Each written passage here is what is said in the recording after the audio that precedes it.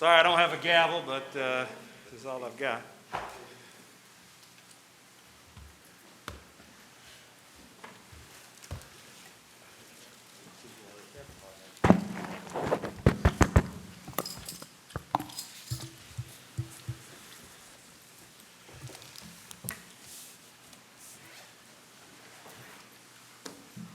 All right, the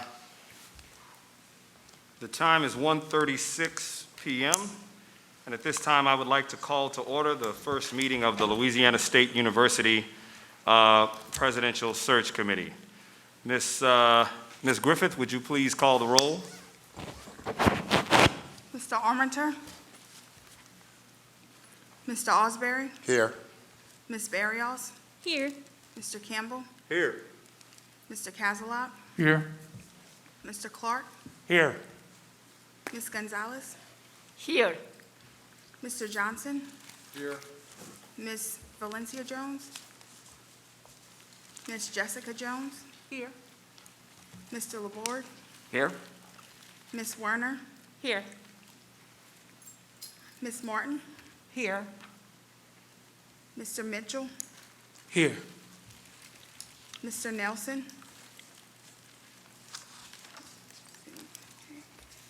Ms. Slaughter? Ms. Smith? Here. Mr. Starnes? Here. Ms. Wagner? Mr. Williams? Here. Okay, Mr. Williams, there's a quorum. Thank you very much. At this time, I would call on the chairman-elect of the Louisiana State University Board of Supervisors to lead us in the Pledge of Allegiance.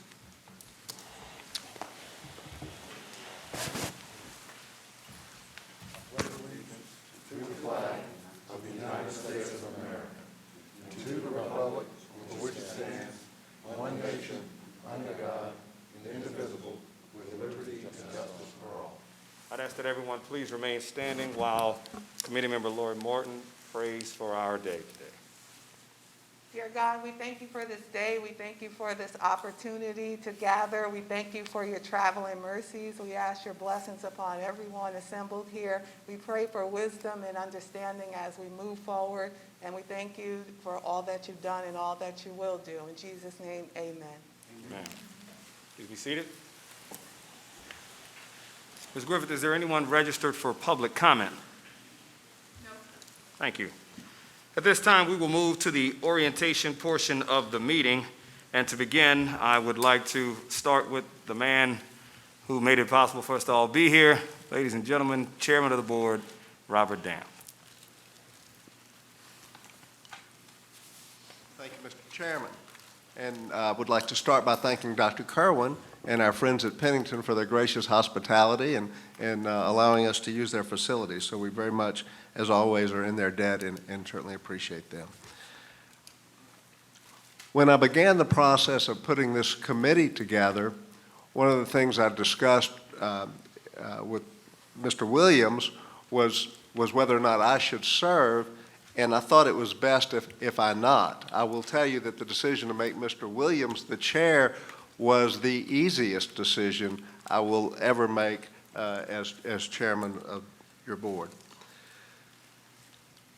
After meeting and visiting with some of you, I deeply regret my decision not to serve because this is one heck of a great group, and I'm honored to be in your presence. We are so appreciative on behalf of the university. We're so appreciative of your service. Every one of you is an outstanding leader in your area, in your field. And I won't start down the list because I would take the rest of the afternoon, but you are a distinguished group, and you have agreed to give willingly of your time for the task that's before you, and I do not need to tell you because you already know it is a most important task. The service we are asking you to provide will help shape our university for many, many years to come. You have all been carefully vetted. I've had several folks say to me, well, you know, did you pick this board in order to achieve this goal or that goal? I'm meeting most of you for the very first time. I don't know you. You are selected because you are outstanding in your field. You are selected because you're extraordinarily bright, talented, hardworking, and diverse in every way imaginable, in every way that's important. You come from all parts of the state, and you represent different ages, different races, different gender, and that's what we want. We want an LSU that reflects who we are as a people and that where we're going, and you bring out the best in us. So I'm honored to be in your presence. The decisions you will make are 100% your own. You are expected to be independent. Somebody said to me, well, are you going to tell James, whoa, I don't tell James Williams anything. And I don't tell any of you anything. And you are, as I've said, you are greatly respected for your opinion. What we expect of you, what your university expects for you, is to find the outstanding leader that we deserve. LSU is special. It is special to all of us. It is the best of our state, and we need leadership that reflects that. And you are the folks, you are the leaders that can do that for us. So, as I've said, other than the board members and one or two others, I don't know you, but I know who you are. And we expect the best. I know we'll get the best. Again, above all else, I thank you for your service. Thank you, Mr. Chairman. Thank you, Mr. Chairman. This time, Dr. Kerwin, would you mind introducing yourself and welcoming us to your great facility? Thank you, Mr. Chairman and Chairman of the Board. You're all very welcome to Pennington. If it's your first time, Pennington Biomedical Research Center is a pure research campus, a very unique facility actually in the U.S. and one of the leading institutions of its kind in the world. We occupy a 220-acre campus here. Our mission is to address chronic diseases, not infectious, although we have pivoted in the era of COVID to develop an infectious disease program. And as we encounter this twindemic of obesity and COVID, we are at the forefront now of fighting to unravel the problems that underlie these two things and find solutions to the problem. But today I want to welcome you to Pennington. We're pinch hitting, I think, for the program, and we really appreciate the opportunity to host you. For those of you who are here for the first time, this is our conference center.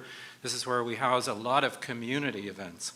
This is a facility that is extensively used by the community here in Baton Rouge and throughout the state for primarily health-related activities. So it's very fitting, I think, that you should be here for the purpose that you are today. For those of you who need an orientation, the ladies' room is to the left, the men's room is to my right. I don't think you'll have any problems parking, and water and tea and coffee are outside. With that, I want to say thank you again. We look forward tomorrow to hosting the Board of Supervisors and to seeing you all here again. If you have any questions or any concerns, please let us know. We will endeavor to respond to you as quickly as possible. And again, thank you for the opportunity to host. Thank you. This time, I'd like to say a few words of welcome. Y'all may notice that I'm wearing this purple Board of Supervisors blazer. Board of Supervisor member Wayne Brown is also wearing his. And I wore it deliberately today because we got these blazers in 2018, and I ran across an old board member when I was wearing it one day. And he said to me, "Oh my goodness, I can't believe the board has blazers. We used to we didn't want anybody to know who we were. We would try to hide. We tried to remain anonymous. And y'all are putting it on display for everybody to see." And that stuck with me, and I walked away thinking, what kind of job must you be doing if you're afraid for people to know you're doing it? And so that is why I wore this blazer today, because at the end of this process, I want us to have made a decision and have engaged in deliberations that we can be proud of, that we can stand behind, that we can be identified with, that we don't have to run from, we can run toward. And so there have been a lot of statements and rumor and water cooler talk about this process. And I want to start out by saying the main thing here is to make sure we have a process that everyone around this table who's putting their individual reputations, time, and energy on the line, that we have a result that we can be proud of. And I commit to you that I will do everything I can to make sure that we stay pointed in that direction. I think there are two B's that need to guide everything we do here. Two B's that must be in the front of our mind every time we take an action towards this lofty goal. Two B's that should be our guiding principle. And those two B's are best and buy-in. We need the absolute best president for this system, for this university. Nothing less will do. The absolute best. And we also need to select a president where there will be buy-in. Because if we select the best president on earth and our constituents and communities we serve and represent don't buy in, we have failed. And if we have a candidate that everybody can rally behind and buys into, but they do a terrible job and they're not the best, we have failed. So we have to keep these two B's equally forefront in our minds. And that is why I'm so proud of what Chairman Daff has done in assembling this committee. This committee is as diverse as I could have ever imagined for one selecting the president of a university in the Deep South. That's a powerful thing you've done, Chairman Daff, and I really want to commend you for it.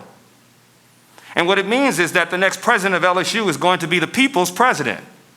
He's going to be a president that the folk in Shreveport can be proud of, and the scientific community can be proud of, and the students can be proud of, and the education community can be proud of, and the athletic department can be proud of, and the alums can be proud of, and the foundations can be proud of. The Ag Center can be proud of, the agricultural community. This will be a president that everyone can rally behind because it will be a president selected from the best and most diverse in our state. So I encourage everyone, I want you to bring that diversity of thought to the table. Don't leave it behind. You're here to represent your constituency because those are the voices that we need to have heard here. There is no predetermined plan. There's no predetermined path. This isn't all a setup. There isn't one way that we want to go anyway. I know all of you know that, and I'm here to say publicly and in front of you that that's the case. The board doesn't have an agenda here. This is an open, wide open process that we have to go through.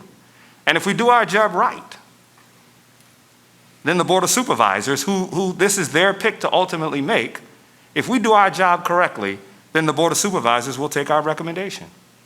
And so that's why I'm glad to see Supervisor Brown here, along with Chairman Damp, because we want the board to be comfortable with our deliberations.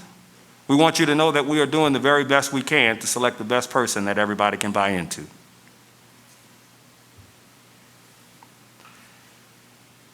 With that, I'll ask our great lawyer, Winston DeQueer, to come up and give us the rules of the road. As he comes, I'll say I've explained to some of you, but this is a public body. The meeting can be streamed for public view, and there are a whole host of rules and regulations that go along with that, and Mr. DeQueer is going to give us a nice orientation on the do's and don'ts. Mr. Committee Chairman, Board members, Search Committee members, I've looked over your backgrounds. Quite a few of us have worked in public service. Quite a few of us are coming from the public sector. And probably not a whole lot of us have done a whole lot of presidential searches. So what I'm going to do is briefly run over some of the parameters that apply to a presidential search or a search for any head of any public agency in this state. First thing are the laws governing presidential search. The first couple you'll recognize. Public records laws and public meetings laws are first and foremost. You will also encounter FERPA, the Family Educational Rights and Privacy Act, the Fair Credit Reporting Act, the Louisiana Constitutional Right to Privacy, and HIPAA. A lot of people don't realize in doing a presidential search, You will learn a lot about individuals. Not everything you learn is fit for public consumption. You will learn about their kids. You will learn about their undergraduate academic history. You will learn about their financial background. There are laws that protect a lot of this, so we must be careful with the information that we receive. So getting started, the public meetings laws are the ones that we will pretty much ensure, not pretty much, we will ensure you follow. This board, this committee, is a public body by virtue of being a subcommittee of the Board of Supervisors. You are appointed by the chair in the same manner he appoints any other subcommittees. In order for this committee to act, it takes a quorum. So for 20 people, it takes 11 people for this committee to make a decision. Under the public meetings laws, the decision can be made by no less than a quorum. If 12 of you show up, it will take 11 to approve something. People ask, why is that if you're coming from the private sector? In the public meetings laws, public bodies are presumed to have members that represent individual constituencies. And the law presumes at least half of those constituencies should be required to make a decision. And all of you do represent a constituency, and we wouldn't want to make a decision without a quorum of you. The last thing about public meetings laws, and this is COVID related, there were some amendments passed this spring that do allow, in certain circumstances, teleconferences or virtual meetings. One of the things I have to remind public bodies is that those are not for convenience. The exact language is, you can hold a virtual or a teleconference meeting when holding an in-person meeting would be detrimental to the health, safety, or welfare of the public. That's the restriction. We can't hold a virtual meeting just because it's inconvenient or just because not everybody can get there. We would have to have a certification that it's detrimental to the health, welfare, safety of the public. In terms of individual participation, if someone were to be COVID positive or have a condition that would put others at risk, I think we could justify having that person participate telephonically. But absent that, we cannot hold hybrid meetings. If we can legitimately bring a quorum together without putting people at risk, the statute on telephonic meetings doesn't apply. Public records laws. This one is going to be your personal response. Mr. Williams. Before you move on to that, as we talk about quorum, can you explain that that's not just for meetings? In other words, could we have a conference call and get 15 of us on the phone and kind of talk about stuff? No. If you meet, if a quorum of you decide to meet, it requires a minimum of 24 hours notice and posting an agenda that outlines what you're going to meet and consider at that meeting. If you're going to consider something not on the agenda, it requires amending the agenda, and there's a special rule that takes unanimous consent of the members of the body present. So if 12 of you show up and want to amend an agenda to add something, it would take all 12 people to amend the agenda. So we cannot meet as a committee. A quorum of the committee cannot meet without posting 24 hours notice and posting an agenda as to what we're going to consider. The public records laws. The reason I say this is really where your responsibility comes in is, as a lawyer, it's hard for me to monitor every email or text message you send. But anything you create, scribble on a piece of paper, text message, email, formal letter related to your service on this committee or in any way related to this search is going to be a public record. It doesn't matter the device, it doesn't matter the network, it doesn't matter where it's stored. The definition of public records is related to what is the document used for, not who has it or where it's kept. If it relates to this search, it's going to be a public record. We need to be very mindful of the records we receive, the records we create, and the records we maintain. Because once we do receive, create, receive or create public records, we have an obligation to maintain those records. We can't simply destroy it. You know, those now become public records of this search committee. So when you go through these and you look at how is this going to impact what we do, what we receive, what are going to be our obligations when we start vetting people as potential candidates, there's actually a specific statute on applicants.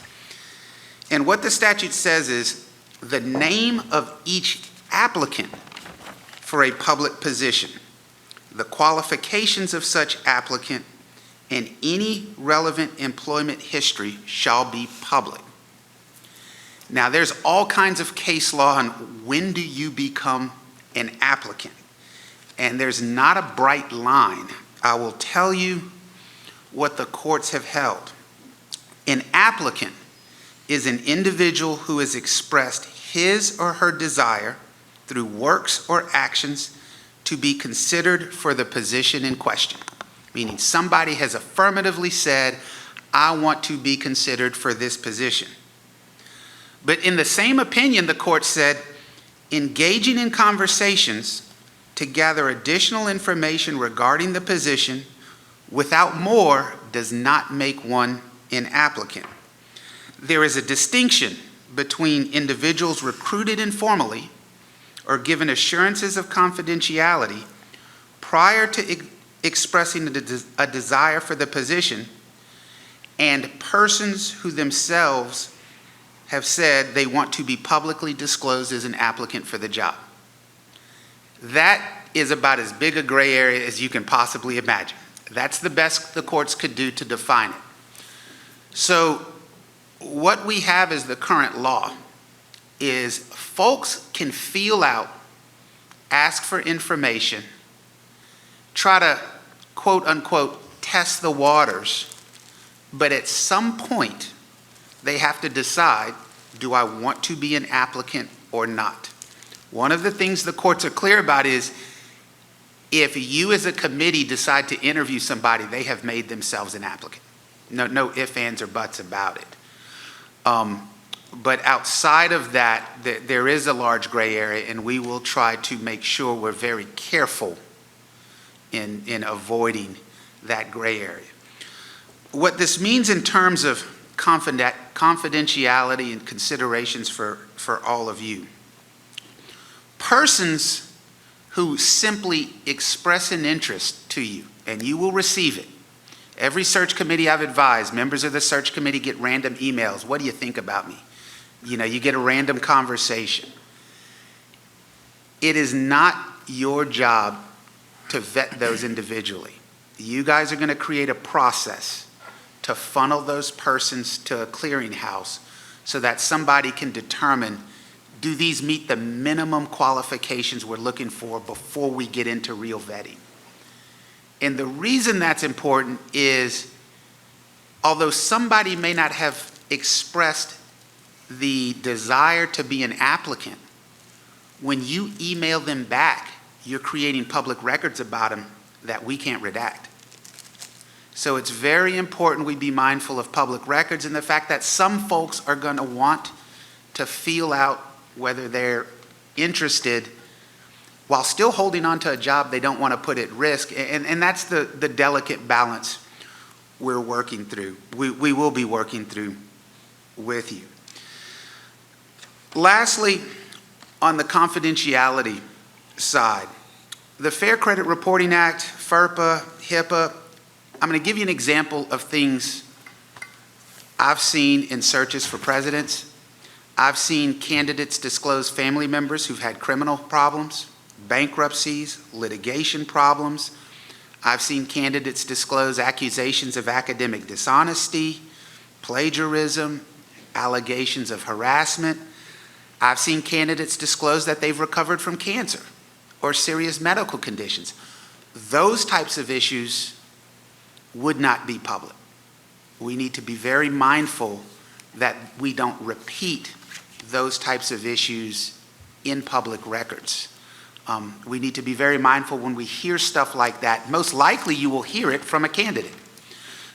Candidates are very forthright, especially given the internet, in disclosing their dirty laundry, because they want you to consider all of them up front at once. And when you do your background check, no candidate wants you to find something that the candidate hasn't previously disclosed. And so you will learn a lot from the candidates, and a lot of it will be confidential. Our state does have a very strong right to privacy, and that's why. A candidate should be free to disclose that they've recovered from a major illness, or they did have a financial issue early in their professional career, without having the whole world know. Are there any questions from the committee? That's really my summary. I'm looking around at you. It's tough to have a law school class in 7 minutes, but you're welcome to ask me right now or any time during your service on the committee. Thank you, Mr. Chairman. Thank you.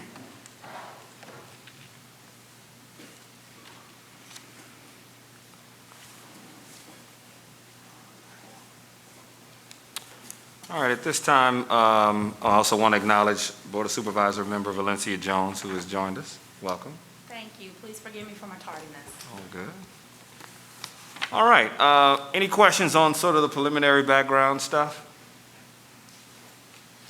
All right, well, the next item on the agenda says university leadership structure. Would y'all mind activating the Elmo, please?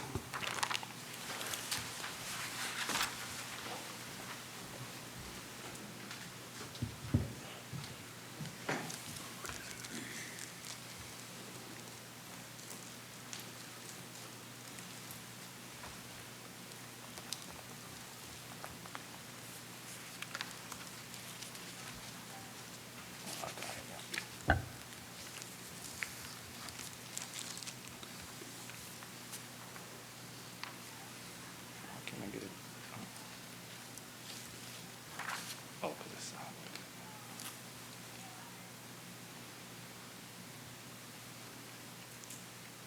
Well, if y'all are like me, you're wasting, I can't read that. It's too small for my old eyes anyway, so, but, all right, we'll try that.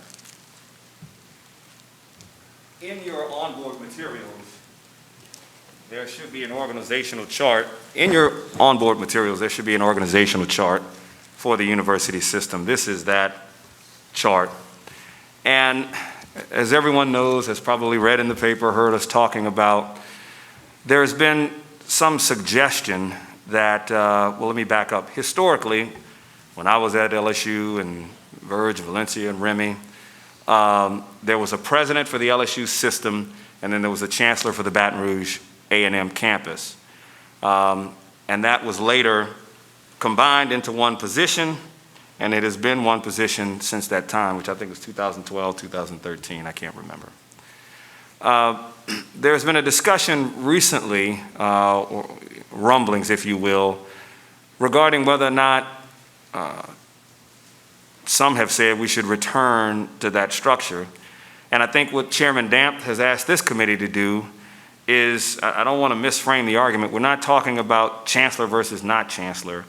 I think what Chairman Damp has asked us to do is to look at the university structure as it currently exists and determine if there are any changes that need to be made to the president's, the structure of the university before we announce the position, before we announce the vacancy and seek people who are going to express their interest in learning more about the vacancy.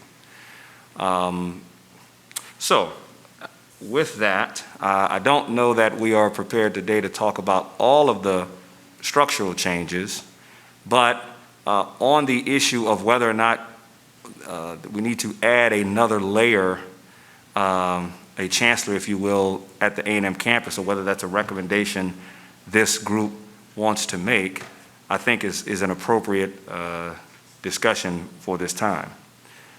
So with that, I will open up the floor to receive any thoughts about that, because let me say this, the reason I think we press this issue now is we need to be very aggressive about selecting a president in terms of the timeline.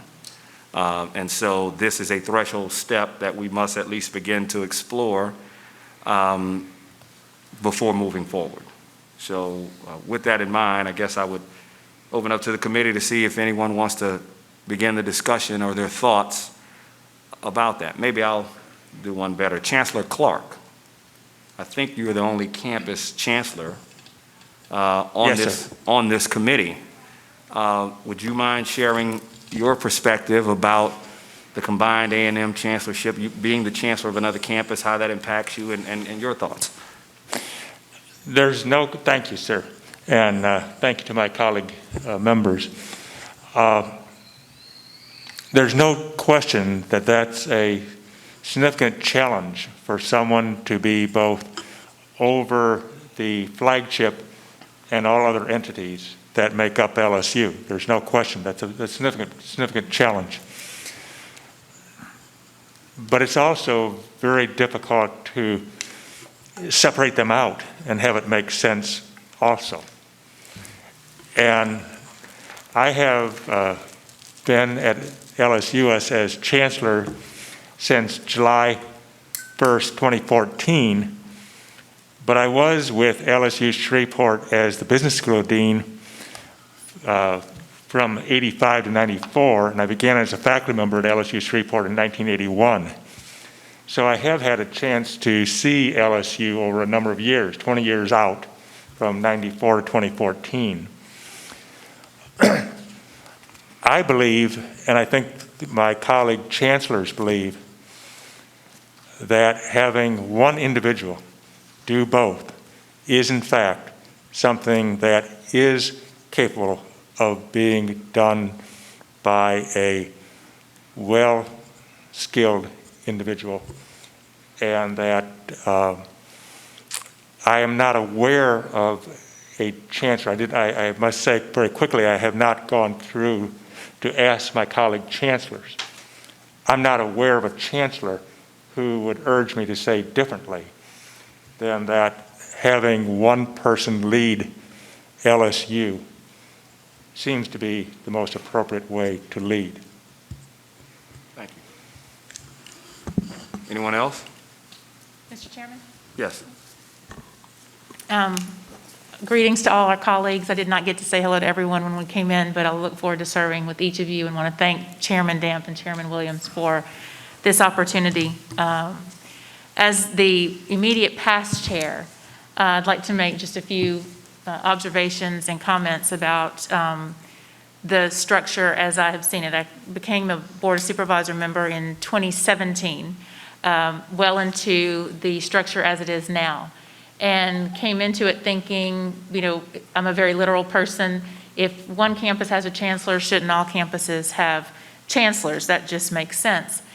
And then as I began working first with President Alexander, and then have had the last several months the opportunity to work with interim President Galligan, I certainly grew in understanding the level of responsibilities that within the university and that with outside of the university, not just across the state in our different communities and constituencies, but very much so our relationships in Baton Rouge, and I mean in the business community, but as importantly, or as most importantly, politically. And to have watched the work of both President Alexander and interim President Galligan, there is a voice that speaks from the main campus of Baton Rouge and the voice that speaks from the entire Louisiana State University system. We are in a place and time in this state suffering from all the ravages of COVID on our people, on our communities, and in our budgets, which has certainly drastically affected all universities and this one especially. We have to be very diligent in this decision and look at what resources we have and what resources it would take to maintain the presidency as we have it currently, or to look at a different structure. I think we are charged with a great responsibility, as is the Board of Supervisors. And I'm happy to continue this conversation, but I think that we have witnessed both men, President Alexander, interim President Galligan, manage relationships, work to promote Louisiana State University, the flagship of this state, in a way that having the prestige of the Baton Rouge campus, as well as the responsibility and prestige of every community where LSU is present, and frankly, that is every parish in this state, speaks greatly in Baton Rouge, at the Capitol, in our House and Senate, and certainly with the governor. So I would be inclined to say that our structure as it is now, for several reasons, politically, fiscally, and in the arena of the public, is a structure that I believe is working and can continue to work. I'm happy to converse with anyone. I won't take up any more of this body's time, but if anyone would like to have any other conversations, we certainly could have some about that and the observations I've had over the past 3 years. Thank you, Mr. Chairman. Thank you. Very valuable insight from the lady who just finished the big job, so thank you very much. Anyone else? Mr. Chairman, Yes. yes, Virg Osbury here. Got it. A little bit off of what Ms. Warner said. You know, I've pretty much been here 25 years, so I've experienced the President-Chancellor's model many ways, all the way from Dr. Allen Coppin all the way to currently. So I've worked with every president and chancellor's office on many different issues, from the athletic department role and also the role in the governmental relations, which you talked about at the legislature with the senators, the governor's office, and the House. And right now is a time where you find out we have one person. It helps us and helps us with our resources better, communications better. There was always tension between the two parties. Who's the boss? Who runs the main campus? Who has control? And there's a lot of conflict there. There's a lot of conflict when you're making decisions, you're talking to people, especially in the government realm, about who is the decision maker on the campus. Who is making the decision? Is it the systems office or is it the chancellor's office? And there's always was confusion on that. And it would be a dire mistake to my colleagues, just my opinion, to split the position up. Thank you. Thank you. Thank you. Any other thoughts? Mr. Chairman, Go ahead. I'm sorry. Yes, please. Okay. So I'm relatively new to And this is, I'm sorry, let me, just for the Yes, Luke camera, Laborde. Luke Laborde. Yes. They also asked, I didn't say this earlier, although the camera seems to be doing a good job of keeping up, they say it's hard to tell who's talking with the mask on, and so if you could kind of raise your hand right before you speak, that'll let the camera know to go your way. But Luke Laborde, please. Very good. I have a relatively long background in organizational management and strategic planning through much of my 30-year business career. And I just look at this chart, which I really have not worked with, but I want to point out that I can count at least 16 direct reports on this particular organization chart that's there. And then when I think about the role that what we need and want, I think we'll demand from a new leader, a new president, in terms of strategic vision and outreach to potential students, to potential donors, to the legislature. It's going to take an awful lot of structure for any one person to be able to pull all of that together. And I don't understand the organization of the systems office right now. Many of you are in much stronger positions from background, but I just need to make that point looking at this, that is an extremely broad number of direct reports for a business or a professional organization. Thank you. And, you know, that is sort of, I think, goes to the point of the other part of this charge, which is, you know, I don't think we're just charged with, do you bring back the old chancellor concept? Yeah. But I think, and the second part of this, which you just alluded to, we may not conquer that today, but if this committee doesn't think we should recommend going back to the old chancellor system, what organizational or structural changes or rearranging would we recommend to the board to try to make the job more attractive to candidates and to make more sense? So what you're saying is certainly, I think, part of what this committee is going to have to undertake. Anyone else on the issue of, yes, Mr. Casalot, and then we'll go to Professor Gonzalez. yeah, Mr. Chairman, I may have miscounted. Luke, I got 12 direct reports off this chart, and I compared that last night to Texas A&M, Missouri, and others who had 14 to 15. So I drew the conclusion that this is a very manageable span of control, if you will. I guess to the point of what other suggestions might we make about the leadership team, I think if you bring in the right person, if you bring in the best person that we've talked about, they're going to want to have the flexibility to build out that team structure, the roles, the responsibilities of their direct reports. So I think while we should have that conversation, I don't think we ought to draw any hard and fast conclusions about how that team should be structured. I think the right person will tell us how to best staff their direct reports. We've got, and that's a very fair point, the Board of Supervisor bylaws do require the board to build out some of this infrastructure and not leave it to the president. We can drill down on exactly where we can do that. For example, and I just realized that reading the bylaws again for today, chancellors are direct report to the board. And our bylaws say, I don't know what our practice is, that the board hires chancellors, which I thought was very interesting. So, and the reason I thought that was interesting is because amongst the board members, we had been having the discussion about, like what you're saying, do we let the person fill it out? Do we not? So there are some things I think the board has to tackle, which means we need to make a few recommendations, but I think your point's well taken. We need to remain nimble enough to allow the new person to be able to fill it out to satisfy their vision. Professor Gonzalez? Yes, following up on that, actually, I have not served in any administrative position yet, at least, and I don't plan to. But is that an application for president? No, absolutely not.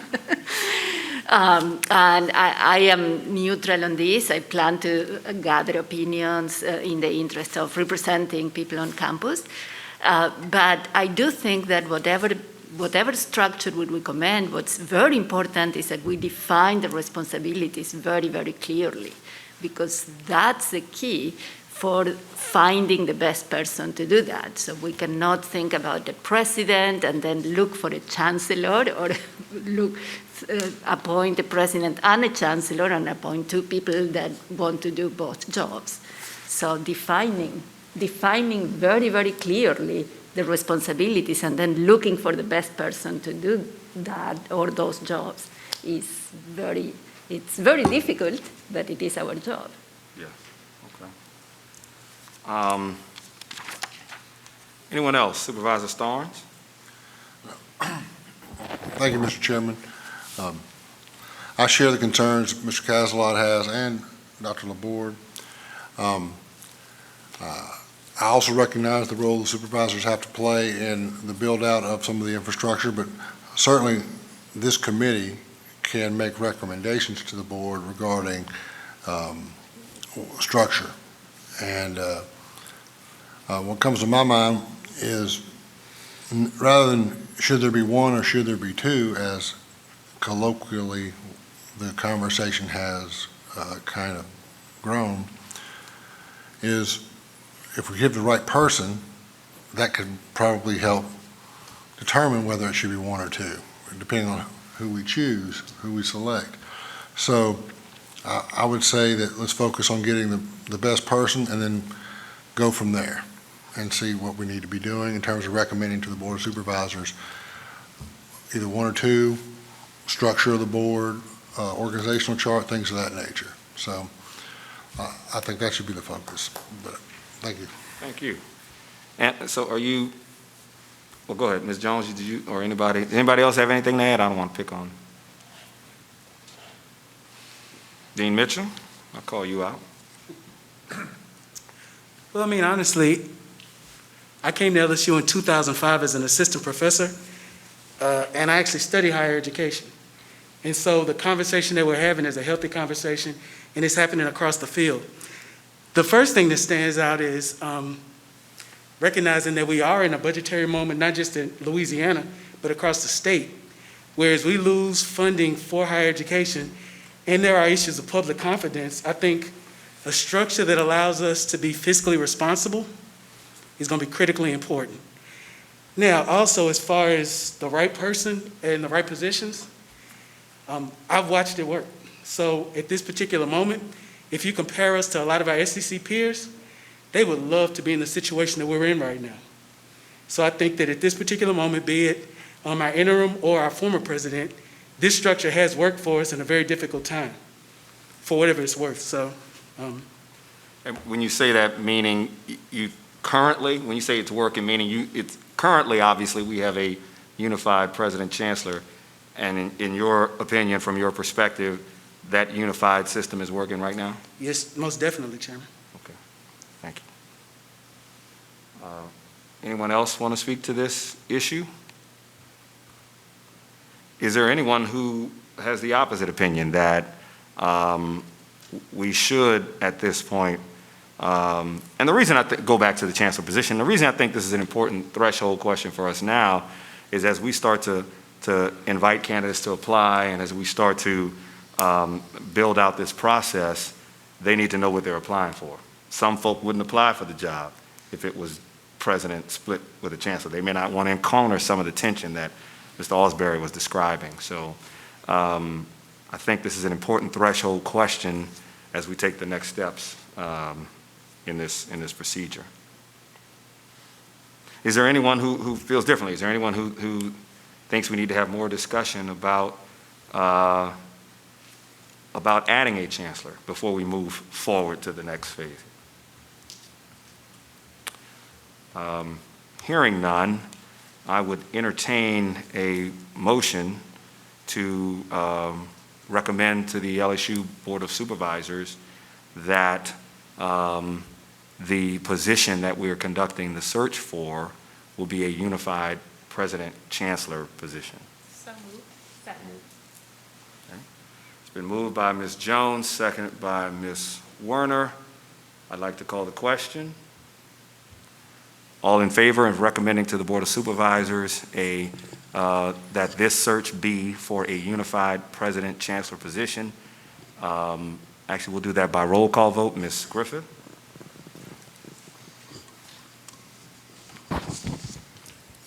Mr. Alsbury, Yes. Ms. Barrios, Yes. Mr. Campbell, Yes. Mr. Casalot, Yes. Mr. Clark, Yes. Ms. Gonzalez, Yes. Mr. Johnson, Yes. Ms. Valencia Jones, Yes. Ms. Jessica Jones, Yes. Mr. Laborde, Yes? Ms. Werner, Yes. Ms. Martin, Yes. Mr. Mitchell, Yes. Ms. Smith, Yes. Mr. Starnes, Yes. Ms. Wagner, and Mr. Williams. Yes. All have agreed. Okay, well, that will be our recommendation. Our lawyer will let us know if and how we have to formalize that to present it to the board. Before we leave this agenda item, I would like to say I think that is the first threshold question, but the university leadership structure question I do not think is resolved. As I said earlier, there have been thoughts that perhaps there's a layer under the president, and that maybe there are some executive vice presidents that might be important between those multiple direct reports and the president, his or herself. So what I'd like to do at this time is maybe create a subcommittee of the committee to look at and come back and propose some leadership structure ideas to us for our next meeting. Mr. Laborde, I'd like you to chair that subcommittee. And I'd like to get 3 or 4, we're going to have a few of these, so, and Verge, you can't volunteer for this one, I got another one for you. But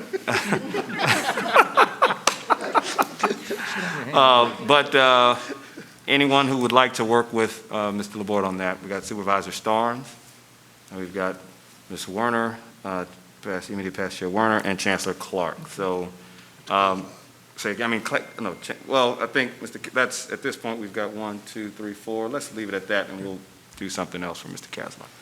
So I don't know, Mr. Board, if you got that, but it'd be Chair-elect Remy Starnes, immediate past Chair Mary Werner, and Shreveport Chancellor Larry Clark, who will be your subcommittee on leadership, on the organizational structure of the university. Thank you. Now, the next topic is the president's job description. And Vice Chair of this committee, Gonzalez, and I were equally shocked that we were unable to find a job description for president of LSU. I mean, that is shocking to me. The closest thing we could find, and thanks to Ms. Griffith, who was very diligent, was a statement we put in our every 10-year certification to the Southern Association of, what's SAC stand? Whatever SAC stands for. Of colleges and schools, whatever it is. And so in our compliance report, this is also in your onboard materials, there was, we were required to have a job description for the CEO of the institution. And that's it. There's nothing in human resources. You'll be shocked to know we couldn't find anything that they used for the last search. So, Winston, you're looking at me like I'm wrong. Am I wrong? You got a secret job description we don't know? Well, there's the section in the bylaws. Well, that's like one sentence. Okay, so yes, and then in the Board of Supervisors bylaws, there's a sentence or two that says, "And the president shall run things," or whatever whatever it says. And so there is no real official, complete, comprehensive job description for the university. So. I think we need that, but I guess I'd be interested. Is there anybody who thinks we don't need that? Okay.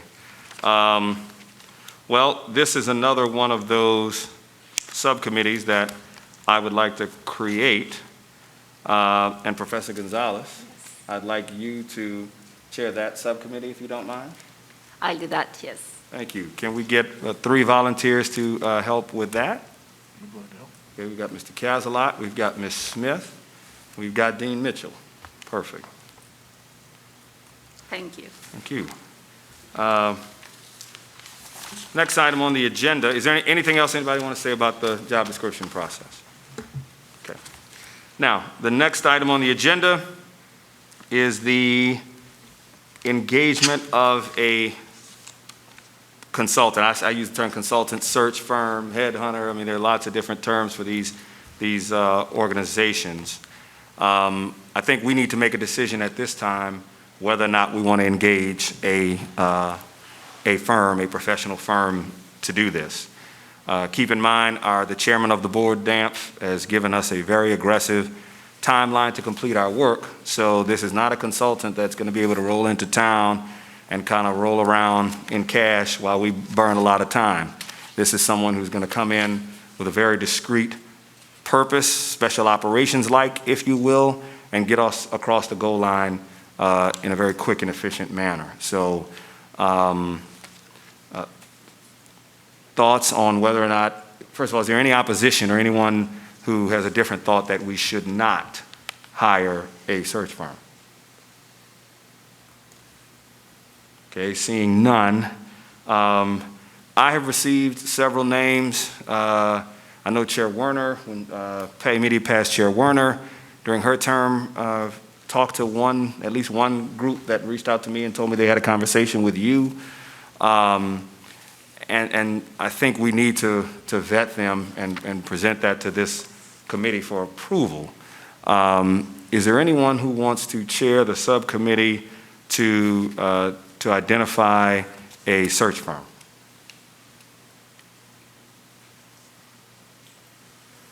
I'll volunteer, Mr. Chairman. All right. And what you're working on, what are you already working on? Administrative structure as a committee member. Gotcha. Okay, let's. Is there someone else? I'm happy to. No. I may. Well, it depends. Anybody want to serve? Who else wants to serve on that committee? I was thinking I may move you off of the other one to let you chair this one. But all right. So, immediate past Chair Werner will work on the search firm. Anybody else interested in serving on that? Ms. Jessica Jones, Jones. and Ms. Jones, and Mr. Osbury. So we got Ms. Jones, Mr. Osbury, and Ms. Werner will work to identify, to vet, and bring us back candidates that we can decide on our next meeting, at our next meeting, for a search firm. Not to volunteer anyone, perhaps Mr. Armentor could take my place on the other committee. Ah, perfect. Okay, great idea. Great idea. I'm sorry, who? Mr. Armentor. Glenn Armentor, Board of Supervisor member Glenn Armentor will take Mary's place on your committee, Mr. Laborde. And then, and this is the committee I would like Mr. Osbury to chair. But I think, and look, I think buy-in is very important. We're a public university. We have legislators and other elected officials who have a direct interest in what's happening with the university in terms of the fact that we get our funding from them and we represent the state. And so I think buy-in is a very, very super important part of this. The last thing we want to do is get to the end of our process and folks start throwing stuff at us. So, Mr. Osbury, I'd like you to chair the subcommittee on buy-in. And I think that breaks down in about 3 areas, but I'll leave that to you about how y'all break it down. But I certainly see legislative buy-in, academic buy-in, and I'll call philanthropic / alumni buy-in. You know, but again, those are just the thoughts that came to my mind, however you want to do it. But, you know, whoever we need to talk to, touch, sit down with, hear their thoughts. You know, oftentimes sitting down with someone to hear their perspective, even if you don't go along with it, just the fact that you've heard them out makes them feel like they can buy into this decision. At least they've been heard on the matter. And so, Mr. Osbury, you're very talented at this. And who wants to work on that committee with Mr. Osbury? Okay. We've got Ms. Martin, and I'm sorry, I can't see. Johnson. Oh, Mr. Johnson. Ms. Barrios, will you work on that committee with them? Yeah, I can. Okay, perfect.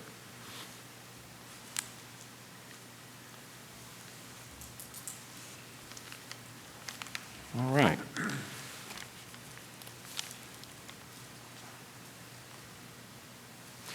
Next item on the agenda is a timeline for our activity. And the original thought from, I guess, Chairman Damp, oh no, he's still here. The original thought from Chairman Damp was the end of the year. I think that's extraordinarily ambitious. But my thought, but let's put it out there for discussion, was that you heard our lawyers say that this is almost a two-tiered process, where first we need to see who's interested. And we need to put out there in the universe that we're open for, this vacancy is open. And then we figure out who wants to learn more information about the position. And all of that, if you do that, you're not an applicant, and therefore that's a bit more of a private inquiry. And then of course, after enough folk receive interest, and you know, we see, do we like you, you like us, we like you, and now you want to really apply, then you're coming in, then we're doing interviews, and that is a more public part of the search process. So my hope, in order to fulfill Chairman Damp's vision, is to maybe get through the interest process at the end of the year, and then we could start in January receiving applicants. That's aggressive, but I want to be aggressive because that's what we're being asked to be. And I looked at the calendar, December 18th seems to be about the last Friday before everything cuts loose. I'm not saying we have to do it on a Friday. That sounds like Christmas party day.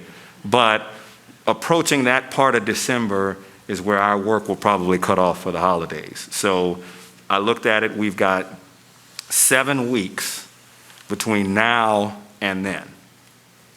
So I guess I'm open to, I'll open it up for discussion as far as how y'all feel about the timeline, what it should be, should we try to stick with that, should we not, et cetera. Anybody? I think that's a great timeline. I think it's aggressive, but doable. Okay. It's going to take a big commitment on our part, frequent meetings, but I think this is a super, super, super important thing for our future. And I know that the chairman of the board appreciates everybody's commitment. I certainly appreciate everybody's commitment, because it's going to take a commitment to meet that deadline. Anyone have concerns about that timeline? Anyone think we should slow it down a bit or do something different? Mr. Chairman? Yes. Yes, I think we need to be aggressive, we need to be fast, but we also need to be thorough. So we should reassess our progress in December. That's fair. That's perfect. I think that's exactly right. I think that's exactly right, Professor Gonzalez. We don't bind ourselves, but that's our goal. That makes sense. That makes sense. This puts a Yes, lot Mr. of LeVoir. pressure on, just note, it puts a lot of pressure on the subcommittees, particularly all three of them, or all of them, to get that work accelerated if we're going to be in a position to identify applicants in that time. It does, and frankly, that's why I thought we would need a subcommittee concept, because we've got too much work, too much ground to cover in too short of a time to try to all 20 of us do it at once. But if we split it up, hopefully we give ourselves a chance to try to conquer it. I'm thinking, particularly as a person on campus, knowing that for all intents and purposes, students aren't coming back after Thanksgiving. The last president, President Alexander, was tenured in my area.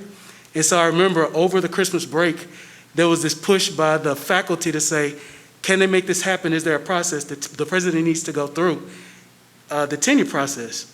So my thinking is, for the piece that Mr. Osborne is going to help us work in, for buy-in on the campus side, knowing that the campus is going to be deserted after November, we have to be intentional in reaching out and having clear opportunities for the campus community to see the process and work with us. Perfect. No, that's right. That's exactly right.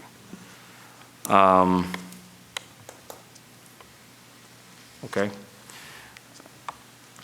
Then I don't think that requires official action, but that will be our goal. That will be our timeline, and the subcommittee should keep that in mind. Meeting schedule, and I know it's asking a lot, but we are going to have to meet frequently in order to accomplish our goals. And so by tomorrow, once this meeting concludes, I'm going to huddle up with Nicole, and I'm going to give my report to the board. And then once I talk to the board, huddle back up with the chairman, give my report, coordinate with Nicole, we will publish a schedule for these meetings. That'll be out tomorrow. You'll have that tomorrow so that everybody can plan accordingly. Mr. Chairman. Yes. Could we do one thing, ask Ms. Griffith to send us all, each of us contact information? Thank you. So we could have the numbers and emails to contact each other, especially on committees. Ms. Griffith, can you upload that contact spreadsheet to Onboard? Thank you. There's a spreadsheet that has everybody's name, email address, phone number that should be there or will be there for you. Okay. Finally, I have on here budget. I think I'm going to table that for now. We certainly need some money. We have candidates that are going to need to come in. I don't think we need a lot of money. The search firm is going to cost.